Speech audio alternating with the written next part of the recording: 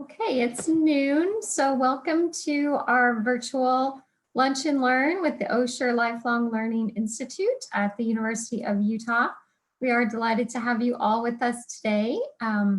We will be taking questions. Our speaker will speak for about 40 minutes, and afterwards I will read your questions to her. If you will please submit them in the Q&A chat at the bottom of your screen. She will also be putting information for you in the chat.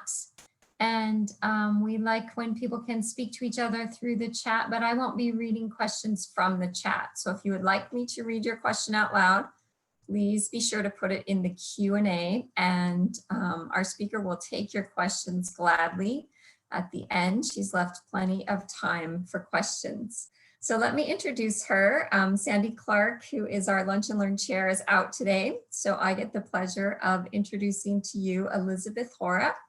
She is public archaeologist at the Utah State Historic Preservation Office. She is an expert in Fremont archaeology here in Utah and specializes in radiocarbon dating and tree ring dating. Through the Utah Public Archaeology Network, Elizabeth is encouraging other professional archaeologists to share what they know with the public, and she's helping the public get involved in helping to study and protect Utah's history. Her presentation today will introduce you to some of these resources and get you on the path to delving deeper into understanding past peoples and societies. Please join me in welcoming Elizabeth Hora. Elizabeth? Oh, you're on mute still.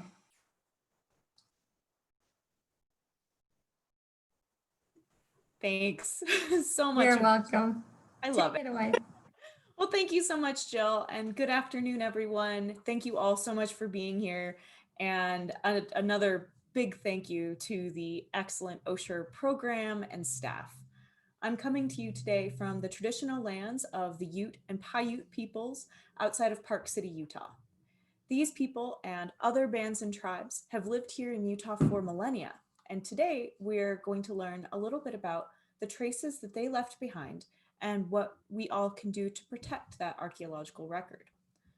So before we get started, I wanted to reiterate that I will be using the chat window to give you some links to resources on the web where you can learn more about the things that we're discussing here today. And again, just to reiterate, I do love taking questions. I've left time at the end to answer them. Please put them in the chat, please put them in the Q&A, but I might not be able to get to them, until we're all done here. So that kind of covers it. So what are we actually talking about today? I want to cover a few big points. And unfortunately, we're just going to skim the surface of these. I'm going to guide you through understanding who lived here and when, and what sorts of archaeological traces those people left behind.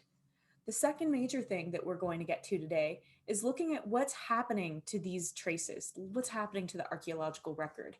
And I don't think it's a spoiler to say up front that Utah's archaeology is under threat from damage.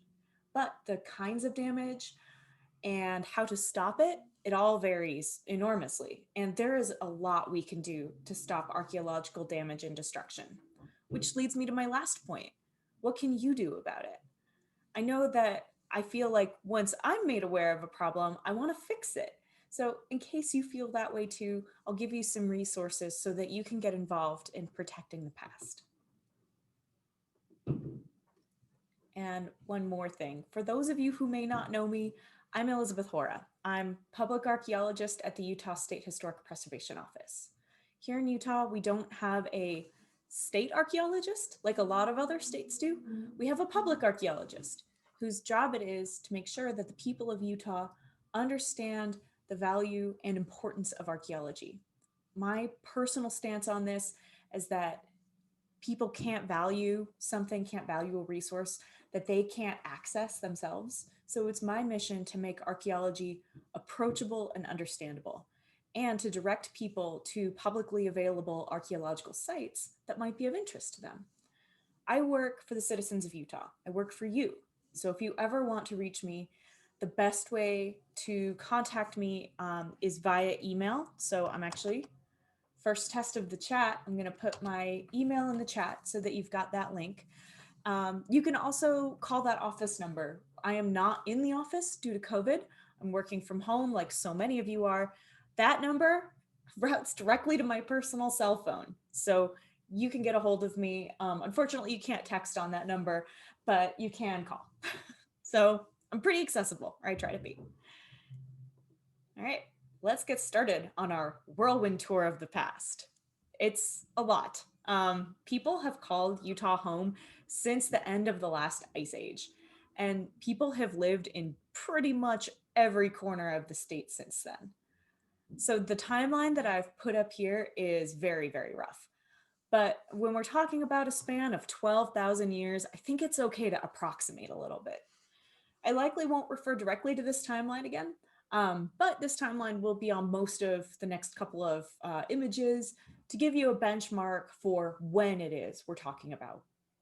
In general, Utah's past is divided up into 5 pieces: Paleoindian, Archaic, Fremont, and I'll be referring to Fremont and Ancestral Puebloan, Ethnohistoric, and Historic.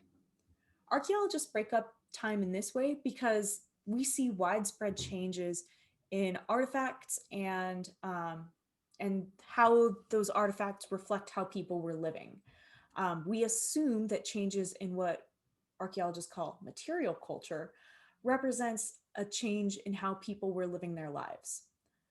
So we're going to start at the very beginning, the Paleoindian period. Soon after people immigrated to this continent from Europe via either a coastal route or a land route, they moved inland and found the region that we call now Utah. During this time, the whole Paleoindian period, people were moving around a lot. And that's mostly because there were just a lot of untapped resources and very few other people to compete with them. So people were really free to move as they pleased and explore this new land that was so rich in foods and medicines and other resources. During this period, people hunted huge animals like mammoths. And actually, very cool fact, here in Utah, we have at least one spear point that dates to this era that was found to have blood residue on it with a chemical signature similar to elephants. So the only thing that was ever on this continent that was elephanty were mammoths and mastodons. So super duper cool that we've got that here in Utah. Despite having that really cool projectile point, that spear point, we don't actually have many sites dating to this time period. So on this slide, I've lumped it all together with the Archaic period. The early and middle Archaic also didn't have too many people moving around. And at that time, there were absolutely none of those mammoths. This is after the Ice Age, in a period known as the Holocene. You'll also hear archaeologists refer to the Ice Age as the Pleistocene. It gets a little confusing, but Pleistocene cold, Holocene warm is a really easy way to kind of gloss that. Throughout the early and middle Archaic periods, Utah in particular got a lot warmer. And by the middle Archaic, it was so warm and dry that there were, again, not a lot of people living here. People in this period were still mostly nomadic. So they would stay in a place for several days or several weeks at a time before moving on to another location. Unlike what we see in the Paleoindian period, in the Archaic, especially towards the end, people would return to the same places again and again. And it's quite possible that they were starting to think of these places as truly belonging to them and their families, and starting to develop those deep personal relationships with the land that descendant communities still have today. One of the ways we see people returning to the same places and staying there longer and developing those relationships is actually through manos and metates, groundstones. The image on the right is an example of groundstone. Manos and metates like this were used to prepare foods and medicines. So archaeologists will actually say that people processed foods using a mano metate. So instead of just snacking on nuts and berries as you move around, now people were sitting down and spending more time making plants suitable for eating or for some other use. This takes time, and not all places were the sort of jackpot place that would provide a ton of resources for people.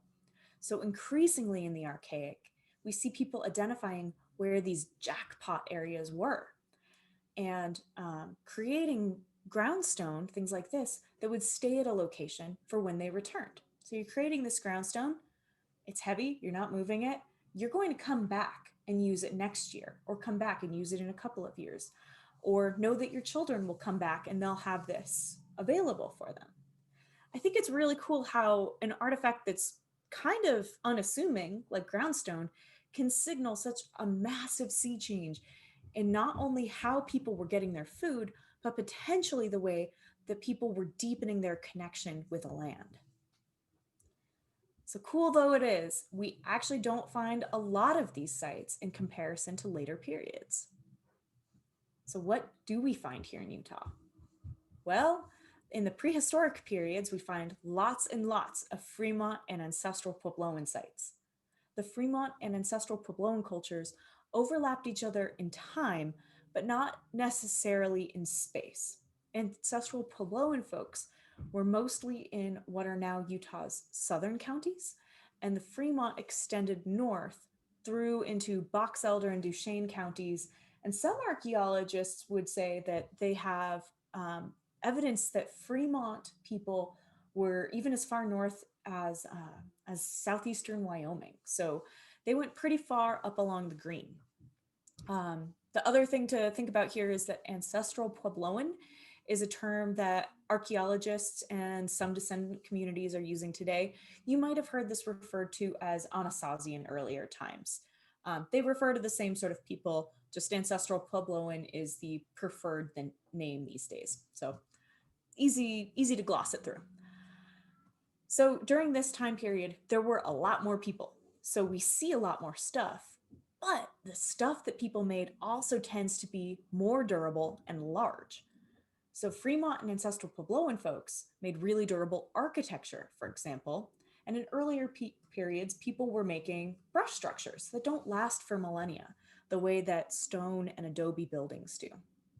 And so when you've actually been out hiking around Utah and you found something that you can recognize as prehistoric, chances are it came from this time period and these people. And these are some of the examples of what you see really commonly, especially in southeastern Utah, in that Puebloan area. There's a lot of pottery and a lot of projectile points.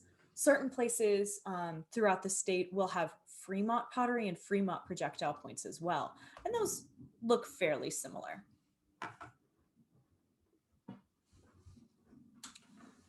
During the Fremont and ancestral Puebloan periods, we see different kinds of archaeological sites that indicate that people were living very different lives than they ever had before.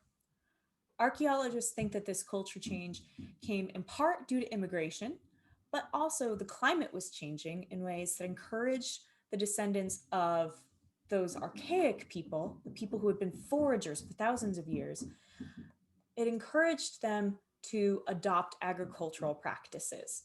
And once people started relying on agriculture, it really structured their economies, their lives, how they moved, where they lived, and how they interacted with each other. So most prehistoric sites, for example, that have architecture come from this era.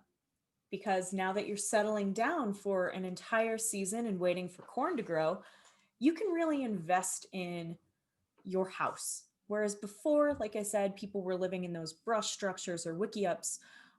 Now people were really building something that's tough and was meant to last. A brush structure is fantastic if you're just going to be in a place for a few days or a few weeks, and you don't really want to spend all your time making shelter. You've got other things to do. You've got way better things to do with your time. So you make something that's a little more ephemeral, we'll say.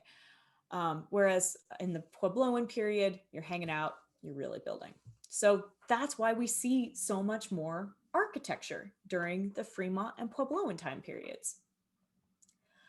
These sites also in the Fremont and Pueblo periods, they also may have rock imagery, like the one on the right. And they also tend to have a wider variety of artifacts that are found on other prehistoric sites. And on that bottom left, we have an example of, it's actually a turkey feather blanket. So people took yucca fibers and twined them together. They made them into cords and then twined those cords together. You can see them wrapping around each other. And then they wove turkey feathers into it to make a nice, fluffy, very warm blanket. Bugs and other insects have gotten in and actually eaten a lot of the turkey feather quills. But on other parts of this object, we can see that that's what was there. Here in Utah, it's so dry so much of the time, and especially in these high rock alcoves, that we can find artifacts. Artifacts that don't exist really anywhere else in the country. It's really fantastic, the preservation we have here. And we'll be talking more in just a minute about how important it is to leave these things in place. So we have one, and that's a bummer. I'll tell you why we have it in a moment. So the late prehistoric and the ethnohistoric periods, that comes after the Fremont period. And so similarly, we might not see a lot of evidence, but it's just because people were living a little lighter on the land. So late prehistoric and ethnohistoric sites can be found across Utah, but as it turns out, they cannot be found on my own hard drive. It's really weird, actually, that in hundreds of site photos, I couldn't find a good image that explained what these sites were. So what I have instead is from our collection at the Department of Heritage and Arts, we have some photographs from the very early days of people being able to pose for photographs here in Utah. So the population during this period of the late prehistoric and ethnohistoric, the population did decline quite a bit. And when people had a little bit more elbow room, they spread out a little more. They, by and large, stopped farming and returned to a pattern of life that was similar for what had worked for millennia during the Archaic. But now they had a new tool. People had adopted bow and arrow technology during the previous Fremont and ancestral Puebloan times. And so now these were foragers who were equipped with upgraded hunting gear. And later in this period, people started using horses, which is really the single biggest game changer in the history of this continent. So some of the archaeological signatures are actually really faint, and it's fun to see if you can identify them if you're an archaeologist. It's really challenging. I've seen, or more accurately, have been shown wiki-ups from the late historic period that looked really like nothing more than an extremely shallow depression. And it wasn't until the archaeologist who was leading that excavation had done a little bit more testing that she found fire hearths inside of these just shallow depressions. She took me out there and she showed me all of these things. She was like, that's a post hole, that's a post hole. Here's the outline. And I just sort of thought like, yeah, all right, definitely seeing it, a very Emperor's New Clothes feeling. But she was absolutely right. She had a keen eye for this. It's hard stuff to see. The last period that is what we refer to as the historic period. And there is a proliferation of different cultural and ethnic groups in this period, different life ways, and part and parcel with all that, there is a rapidly changing set of material culture. When we consider the historic period here in Utah, that period we tend to consider when the LDS settlers first moved in. And that period, the historic period, continues all the way up to 50 years ago. So for those of you keeping count at home, a garbage dump that someone left on the side of the road in 1970 would technically be considered a historical site.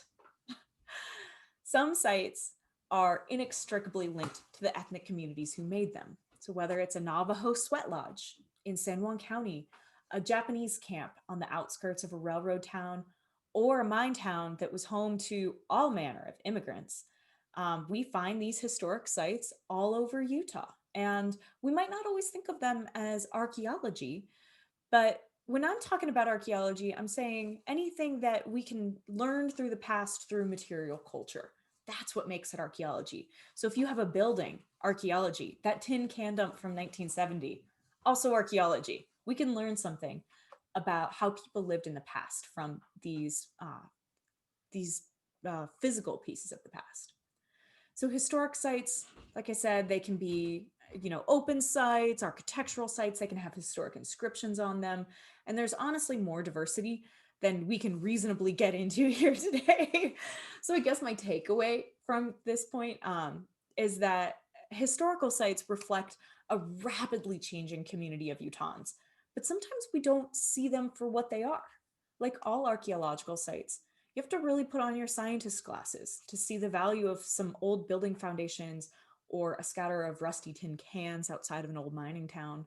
But once you delve into the history of the place and the people, these sites will really come alive.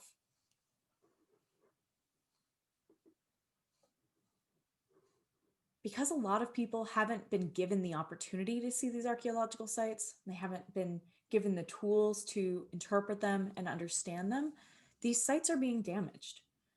Museum rocks, it's what we call something like this upper picture here.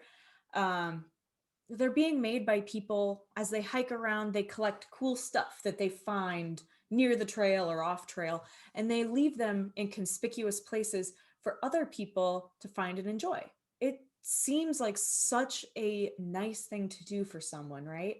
Like, I found this very cool thing and I want to make sure that someone else can see it and value it. I'll put it here so that someone can find it. It feels very altruistic. It's damaging to an archaeological site. So again, putting on the scientist glasses, we need to know where everything was in order to reconstruct what people were doing at these sites. If we find square nails in one place in a historic site, and on the same site we find projectile points in another place, we don't want those to be intermingling in one area if those were two separate places that reflected two separate time periods and different sets of people, right? Other examples of damage can be way more obvious, like the image on the bottom. This is actually up Colville Ledge, close to where I live, over here in Summit County. And man, I can see the prehistoric image in here because I know where it is, but I think you'd be hard pressed to find someone who could show you where the prehistoric petroglyphs are on this page, on this image, sorry. Similarly, there are historic inscriptions on here. Those are a little easier to pick out, but that blue guy, he's very bright. And so this sort of vandalism is a very obvious threat to our past.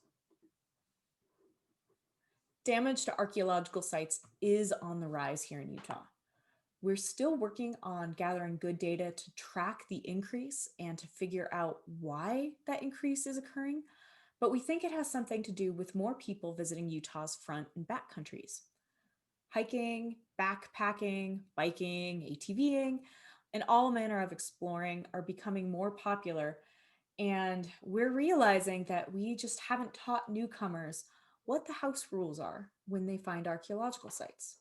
Also, our cities and towns here in Utah are growing and pushing local recreationalists out into areas where traditionally there have been very few people, if any. So the professional community, and by that I'm talking about land managing agencies, as well as professional archaeologists like myself who live here, none of us were really prepared for this. No one saw the sudden popularity of outdoor recreation.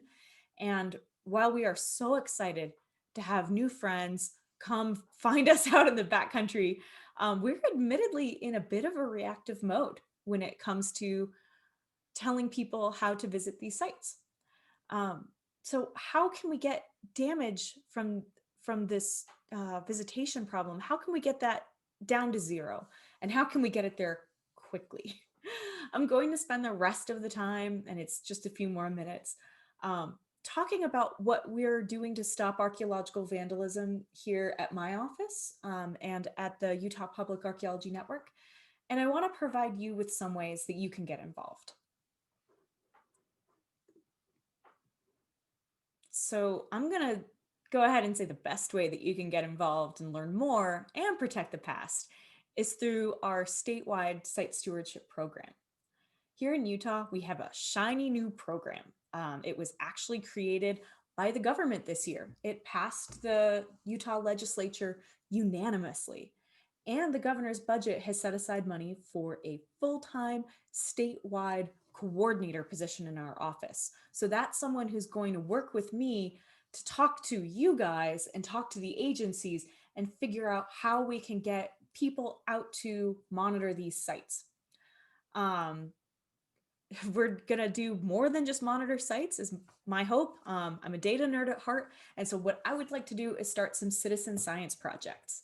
I think that when we get people like you guys out into the field, you can collect some really great data, and all of you and more people who are doing site stewardship, that's going to create such a powerful data set. And we can ask some really great questions about how people lived in the past and about who it is that is damaging sites and how we can get through to them and talk to them about not doing that. So what is it that site stewards do exactly? Talk to big game. What is it that these folks do? Site stewards take a training course that will have a classroom component and an in the field component as well. This weekend course will teach folks about Utah archaeology and archaeological sites. And it also has a practical hands-on component that gets folks outside recording sites alongside professional archaeologists. Stewards pick at least one site to monitor, and they go out to that site about once per season to check it out and make sure that there's no new damage from natural or human causes. We do have a lot of, erosion. Every time it rains, we can lose potentially a piece of the past. Fires could damage things. Very rarely we'll have an earthquake like we did earlier this year, and that little bit of shaking can really do some damage, particularly to our historical buildings. So stewards will go out and check that stuff out for us. They're really the first line of defense against archaeological vandalism and damage. We provide stewards with a simple app that can be used on a phone or tablet that will lead stewards through the steps to investigate a site. It will have prompts to that prompt people to look for certain kinds of damage. It'll help them photograph damage and automatically flag authorities when they find a site that is severely damaged. Stewards can optionally teach other visitors about their sites. So if you want to get involved in this program, and I hope you do, you can go to the link that I'm putting in the chat to learn a little bit more about it. It's bit.ly/site stewardship interest. So the second way that we're stopping archaeological vandalism is through outreach and education. Things like what we're doing here today. Like I said, we need to start telling people what's out here and why it's so valuable and so cool. Our new COVID reality has definitely shaped the way we do these things, like we're here on Zoom. And a few of the ways that we have negotiated that is through an increased online presence with videos for our online programs and through artifact guides. So these artifact guides are something that I'm also putting into the chat, and you should be able to download really high quality versions of. So just to talk about these for a minute, we have a series of 5 available right now. These were actually the idea of Ryan Moreau, who is a really knowledgeable member of our archaeological community here in Utah. I do want to mention he is a professional in other realms. He's not a professional archaeologist. So this was in discussions with the community of people who love this stuff that we were able to figure out what needs needed to be addressed. And it turns out that, he has friends who feel comfortable picking things up from archaeological sites and taking those home. But he was always at a loss about why exactly items should be left in their place. You know, he knew that archaeologists told him that there's a lot they can learn from where an artifact is. We call it the context. But what exactly that was never explained. So these guides seek to dispel some of that mystery. And on this slide, it's honestly quite hard to read these, and I apologize. Again, bit.ly/artifact guides, you can go find them. But let me just show you the projectile point on the right here. Has 5 different physical attributes that I've listed out, and those attributes essentially hold coded information. So for example, the material it's made out of can tell archaeologists where the toolstone was quarried from. The blood residue, like we discussed earlier with the elephant blood, the likely mammoth blood, we can test that and see what prey was killed by this projectile point. Even the tip, how it's broken off, whether it's broken off, can tell us if that weapon ever did make contact with its prey. So much information, but none of it really means much at all if we don't know where the artifact is from. So these guides do explain in a little bit of the detail about why to leave artifacts in their place, and I hope they can be convincing the next time someone is weighing whether or not to take home an archaeological souvenir.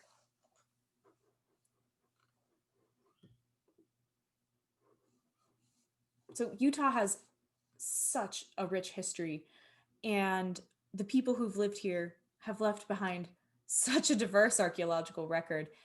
And one solution isn't going to fix everything, right? We are doing our best to drum up some creative ways to protect it all. And like I said at the very beginning of this, people simply can't respect and protect what it is that they can't understand. So I sincerely hope that this quick rundown has been able to pull together some of those threads for you today. And if I haven't done so, please let me know. Remember, I'm not a state archaeologist, I'm a public archaeologist, and I work for you. So give me an email, give me a call if you feel like there's something that we can be doing to inform people about our incredible archaeology here. So before we open it up for questions, just one last roundup of the 3 ways you can help us protect the past. You can become a site steward. Also, you can encourage someone else to become a site steward. We know that it isn't for everyone, but we're working to make sure that we can match stewards to a site that's just right for them. And that's including considering accessibility issues. Site stewards, we know from experiences here and in other states, site stewards approach the outdoors differently, and they're a really wonderful role model for others to do the same. And I would love to work with you as, a site steward. The second thing that would be really great is if you could download and, maybe distribute our artifact guides. I'll put that back in the chat too. Just helping us get the word out about why it's so important to stop archaeological vandalism is a really big help. These artifact guides are designed to do exactly that. And I know that printing is not something that many of us can do, especially printing in color. But if you can download them and even just show them to your friends, that's still really helpful. And if you do have the ability to print them, please do. And stick them up. I mean, usually I would say put them in a public place. Maybe you don't see many of those these days. But whatever you can do to get the word out would be really fantastic. The last thing that I'll mention, and I've got 2 links for it, donate your time and keep learning. So if you wanted to write an op-ed for your local paper about archaeological sites that you know about why it's so important to protect these things, that would be really fantastic. Helping us get the word out and writing something that's positive, saying, here's what everyone can do to help. That would be so cool. That's a really big ask. So the other half of this is the keep learning half. And now I've got a couple of things in the chat for you. So we have monthly presentations through our office and through the Utah Public Archaeology Network. They've really been turbocharged for the next month and a half, I'd say. with 9 Mile Canyon Stewardship Day and International Archaeology Day, both coalescing in this same month. We are putting on one new live event every, honestly, every Wednesday at noon. So right around the same time as this, but you can find them on our YouTube channel too. And then this Friday, we have a really special thing just for International Archaeology Day called Guarding Fort Douglas. Fort Douglas, the old historic fort by the military museum, that is on the National Historic Landmark list. It's also an archaeological site. Under Stillwell Field, the old parade grounds, we actually used some ground penetrating radar and found the outlines of the original guardhouse and jail. And a couple of weeks ago, I was able to go down and help excavate a couple sections of those foundations. So the lead archaeologist, Chris Merritt, will be discussing his findings there, and that's going to be a really cool program. So, keep learning and keep telling people what you learn. That's the cycle of science, right? You learn new things, you synthesize that information, and then you give back. So those are two really powerful ways you can help protect the past. But participating at any level is wonderful. So I know that for some of you, this might have been drinking from a fire hose. So thank you so much for sticking with me. And if you are one of the many, many people already involved in some of these efforts, a second special thank you goes out to you. And thank you again to Osher for providing this really awesome opportunity. We do have time for questions and answers if anyone would like to pose any. Thanks. I have a question for you, Elizabeth. Thank you so much. That was such a great overview. Can you give us some example of some of the sites that need stewards, like how far away they might be, so people could get an idea of what their in time investment might be? Definitely. So sites, archaeological sites occur in all different kinds of places. And here on this page, I think we've got a few examples of things that are really close to home and some things that are a little farther off the beaten path. So in the upper right corner, my friend Tanisha is taking a photograph. She's taking a photograph of rock imagery that is right off of the road outside of Moab. So if you've ever been to Moab and you've crossed the Colorado River just to the north, I think it's Potash Road, going out to Moonflower Canyon, there are a lot of climbing leads, actually, like climbing routes going up the rock there. And they go right next to some ancestral Puebloan rock imagery. And so that's an area that I know the BLM monitors, and we could use some site stewards to go out there too and just double check and make sure that no one is actually climbing on the rock imagery. But that is right next to the road, and it's paved, it's easy to get to. You can also use binoculars to see it as well. We also have things that are pretty far out there. So on the upper right, my colleague Chris Merritt is investigating a historic home. Well, home. It was kind of a temporary home for people who were building a railroad that never connected to anything out in the middle of the desert outside Price. You can see the book cliffs in the background. This was a challenge to find and a challenge to get out there. You've got to go through some dirt roads. You might want a four-wheel drive vehicle. You might want to pack some emergency provisions in case something gets a little hairy out there. And as you might imagine, once you get out onto the site, it is an uneven, rocky ground. So that's going to take someone who really wants to, spend an afternoon and get pretty dirty with it. Go pretty far out there. So a lot of variety. We're trying really hard to work with people, especially who have different considerations as far as like mobility or social interaction are concerned. I know from some working with some of my own friends that some people do want to talk to folks, and other people, it's best if there's no one around. They just want to focus, get their work done.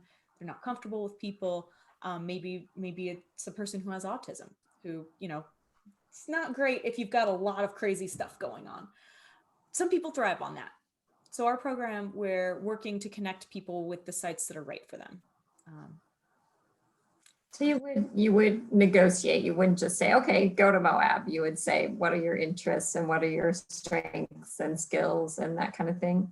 Exactly. Yeah. On the intake questionnaire that is being finalized right now, we say like, hey, how far do you want to drive? Where do you want to live and how far do you want to drive? We also have people who live outside of the state who want the excuse to take a trip to Utah a few times a year. So if you want something that's right in your backyard, that's so good. We want people in their local communities to take ownership over protecting these resources. If you want to travel, that's great. If you have a 4-wheel drive vehicle and maybe you do want to go Bahaing out in the country, like that's cool. If you don't, if you have, a Prius like we have, that's great too.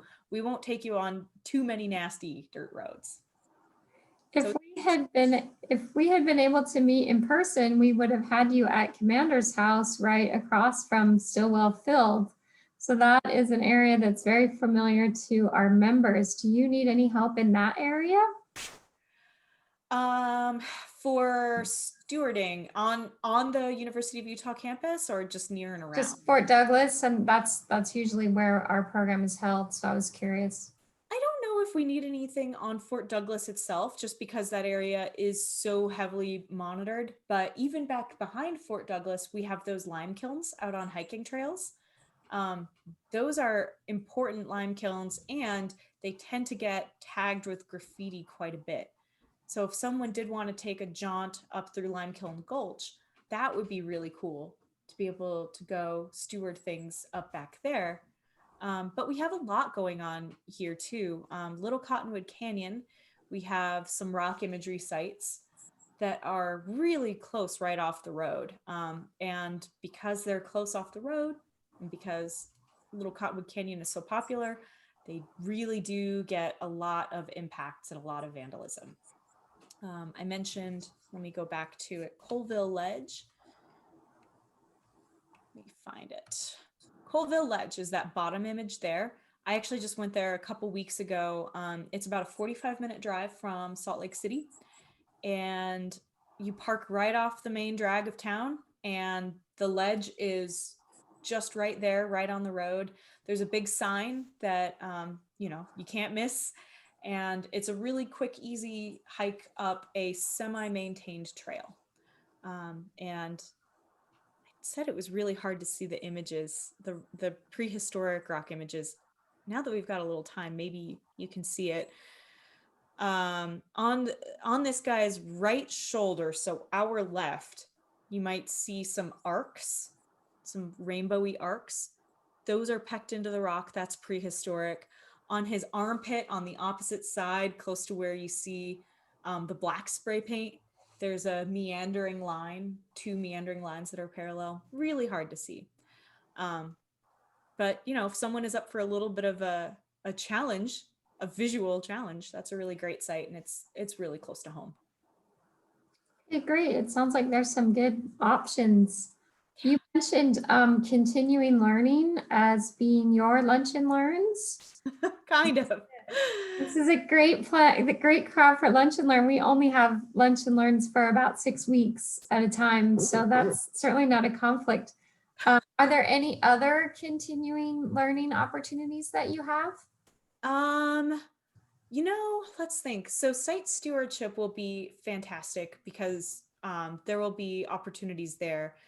The online ones that we're doing every week have been really fantastic. And then outside of that, I think I would have to refer you to other programs, but there are some really good ones. Crow Canyon out of southwestern Colorado. They do a lot of really fantastic programming. The National Park Service is doing a series on traditional ecological knowledge. And so they're talking to experts within descendant communities to learn more about how people approach the natural world. And there is a large historical and archaeological component to that as well. So those are 2 that I would refer you to. I can find the links and put them in the chat if you'd like, or we can email people afterwards, whichever you prefer. Sure, that would be great. We have a question in the chat. I'll just read it out from Angie. She says, thank you for this. She was hoping on going on a 2 to 3 day road trip, hoping to see some of these sites that were not requiring long hikes and high profile 4-wheel drives. Do you recommend an itinerary? We would like to make it to Four Corners or the Cliff Dwellings eventually. And then she says 9 Mile Canyon near Price. That's so great. If you are going to be down in the Four Corners area, there are some really great things that do not require, off-roading 4-wheel drives, do not require long hikes, and are really fantastic areas. Especially this time of year is nice because the weather is cooler and the people are fewer. So let me think of a couple of really good ones. So I know that if you visit, let me get another couple things going in the chat. So Friends of Cedar Mesa has a Bears Ears Education Center. Looks like it's temporarily closed for, visitation, but I believe, let me see, I'm putting this in the chat. I hope that this has some of their sites, because there are some sites that are in Bears Ears that are really accessible and some that are absolutely difficult to find. So I can find more of the information about how to visit and which sites are really great for visiting. You can probably, I believe, also go to the BLM website and learn more. But bring your binoculars, because there are some sites that you may be able to see that are off the road but high up on the cliff faces. So definitely bring some binoculars to check those out. Definitely, oh man, go to Newspaper Rock. It is on the road between Monticello and Moab. You take a short jaunt over to the west towards Canyonlands, and you're going to find one of the most incredible rock imagery sites, frankly, that exists in the world. So I'm also trying to find, we've got a really cool program on it on our YouTube page that I'm going to drop in the chat. That's a really good introduction to Newspaper Rock. What it is, it may even have a little bit about where it is. Here you go. And you've also mentioned 9 Mile Canyon. You really can't go wrong with 9 Mile Canyon. Jerry Spangler a few years ago wrote a book about 9 Mile Canyon that has kind of a roadside attractions guide to it. So there in the chat, that's a link to our YouTube page for Newspaper Rock. We had an expert come on and tell us a little bit about the imagery on Newspaper Rock. So watch that and then go check out the site. It's going to be such a cool experience if you do that. Let's see what else is really great around Moab. Again, is over here. These images. So Tanisha here is just north of Moab, and you'll be able to see, where is this guy? This guy here on the right. This big mountain lion is right there, right off the road on Potash Road as you're going to Moonflower.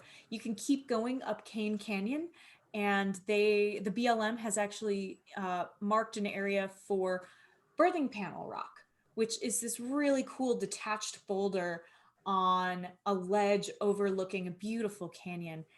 And it's covered in rock imagery. It's so cool. You will love it. So I hope that helps a little bit. Those are a couple of places. That does help. Thank you. Do you have to worry about sharing these sites to protect them from, I was just wondering, like, if we could help promote them, are we also helping promote vandalism of them? Such a great thing. Yes. The places that I'm mentioning are all interpreted for the public. So I'm not going to send you somewhere that's like really delicate.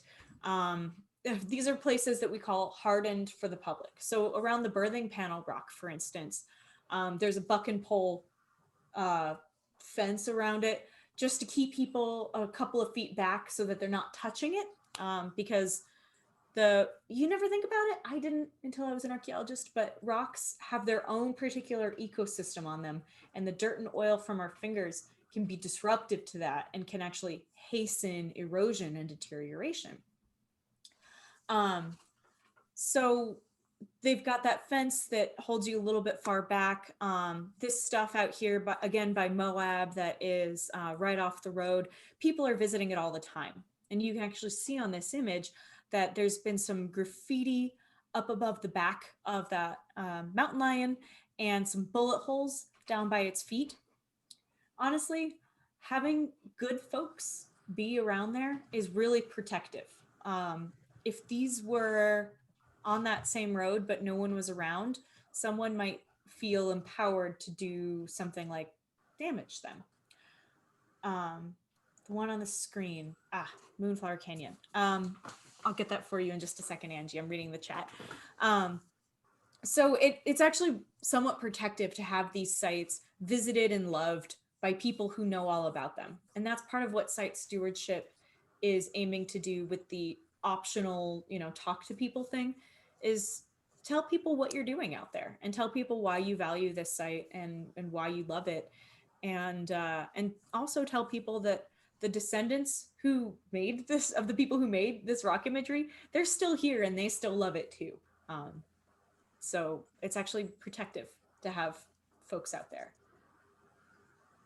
Super, thank you. Do we have time maybe for one last question? The Q&A has a question. You mentioned site visits 4 times a year. Do you send multiple stewards so sites are visited more often? And also, do you remove the paint and so on from the sites, I guess, as the steward? Is that the steward's job? Yeah, really great question. We do have some sites that I've talked to people who are from the land managing agencies, and they've requested that people go out more frequently. There is one actually south of Moab, a couple of hours over towards Blanding.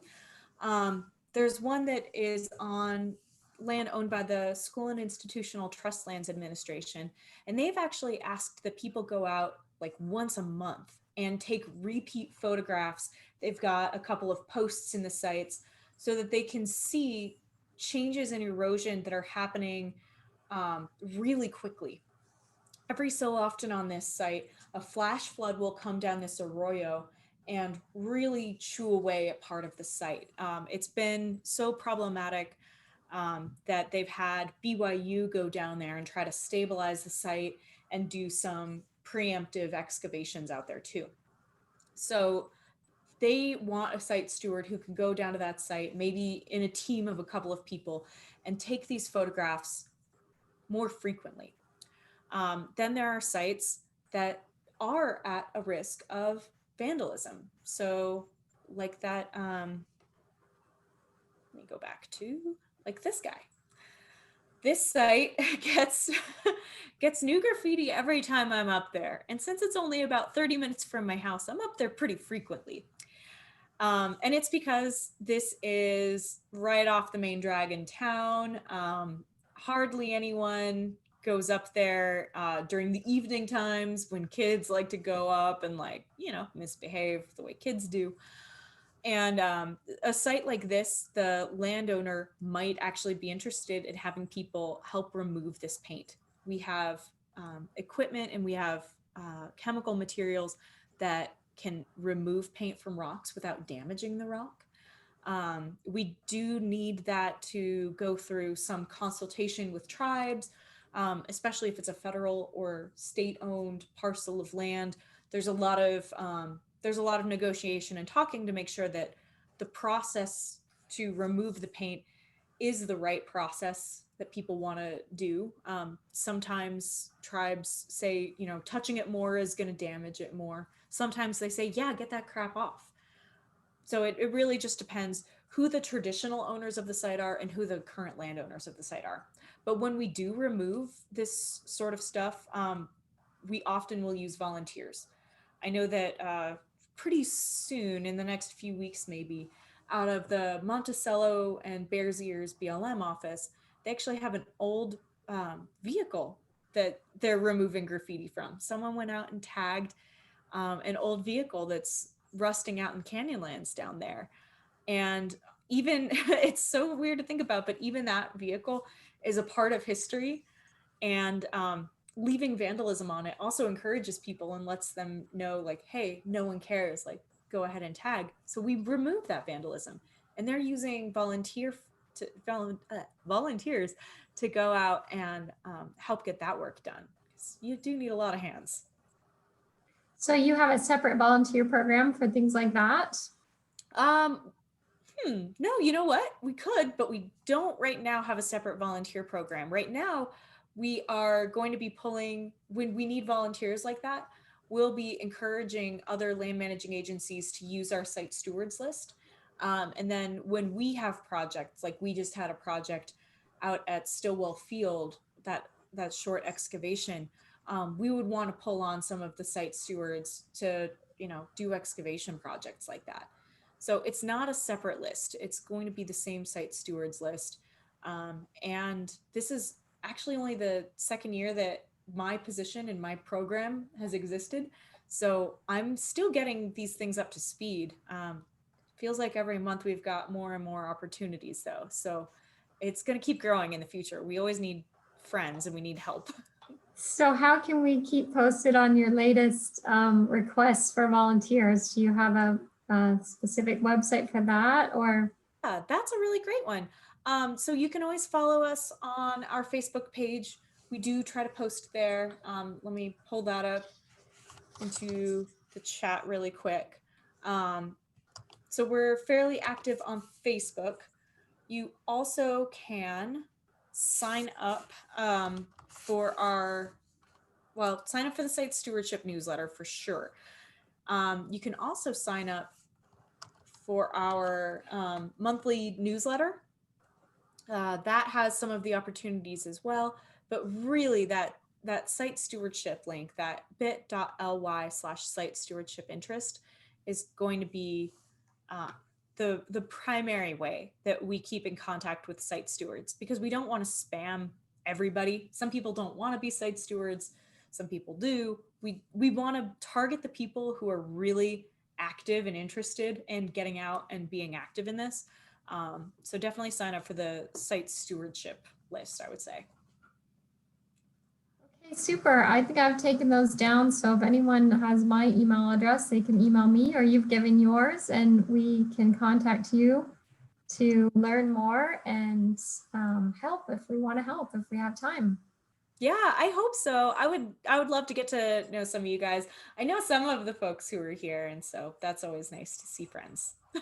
But yes, it's good to see friendly names. It makes you feel like we're almost together. So hopefully we can have you back when we are in person, and maybe we could visit Stillwell Field or something after the next time.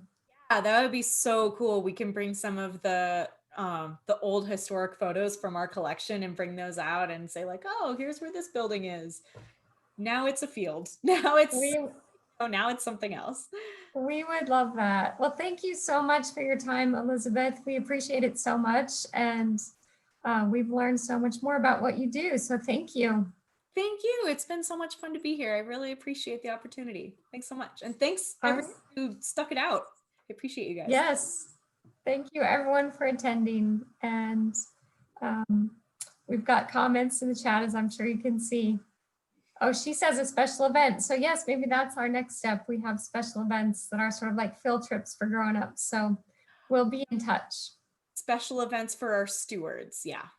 So. Okay, awesome. Well, thank you again and have a great afternoon. Thanks, guys. Bye. Bye-bye.